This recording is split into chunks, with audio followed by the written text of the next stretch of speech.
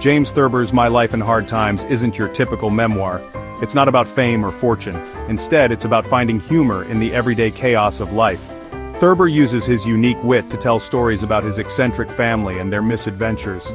He paints a picture of a world where anything can happen, and honestly it usually does. Get ready to laugh out loud as Thurber takes ordinary moments and turns them into side-splitting stories. Thurber's writing is like a warm hug on a rainy day.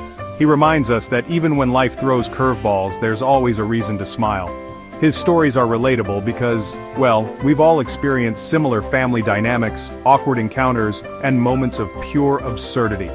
My Life in Hard Times is a celebration of the human condition, flaws and all. It's a reminder that life is just too short to take things too seriously. So sit back, relax, and let Thurber guide you through the hilarious world he creates with his pen. Imagine a house full of quirky characters, each with their own unique brand of crazy. That's the Thurber household. There's Thurber's mother, convinced the house is sinking. His grandfather, convinced he's being pursued. And let's not forget the assortment of dogs, one of whom has a penchant for biting people. Each family member brings their own brand of hilarity to the table. Their interactions are a constant source of amusement, misunderstandings leading to laugh-out-loud moments. They're not your typical family, but they're undeniably entertaining. Thurber's genius lies in his ability to find humor in the chaos. He doesn't shy away from the absurdity of it all. Instead, he embraces it, turning everyday situations into comedic gold. The result is a series of interconnected stories that feel both familiar and outlandish. We laugh at the Thurber family's antics because honestly, we recognize a bit of ourselves in their craziness. Exaggeration is Thurber's secret weapon. He takes ordinary events and inflates them to epic proportions.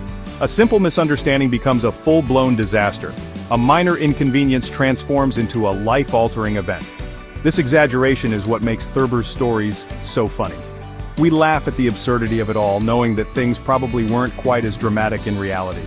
But that's the beauty of his writing. He takes the mundane and transforms it into something extraordinary. He reminds us that sometimes the best way to deal with life's frustrations is to laugh at them.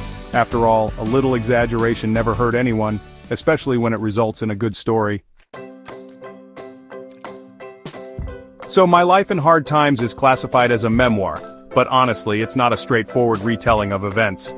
Thurber freely admits to embellishing the truth, blurring the lines between reality and imagination. He uses his memories as a springboard for his stories, adding his own unique spin to real-life events. This blend of truth and fiction is actually part of what makes Thurber's writing so compelling. We're never quite sure what's real and what's fabricated, and frankly, it doesn't matter. The humor comes from the way he tells the story, the way he twists reality to fit his comedic vision. Thurber's unreliable narration adds another layer of humor to the book. He often contradicts himself or gets details wrong, creating a sense that even he's not entirely sure what really happened.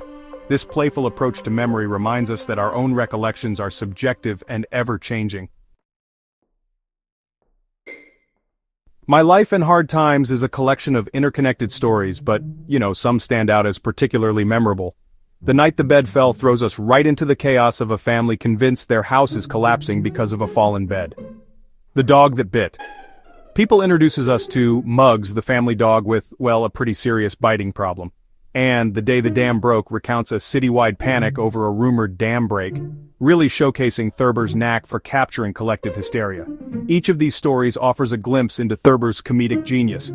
He takes ordinary situations and transforms them into hilarious anecdotes, highlighting the absurdity of everyday life.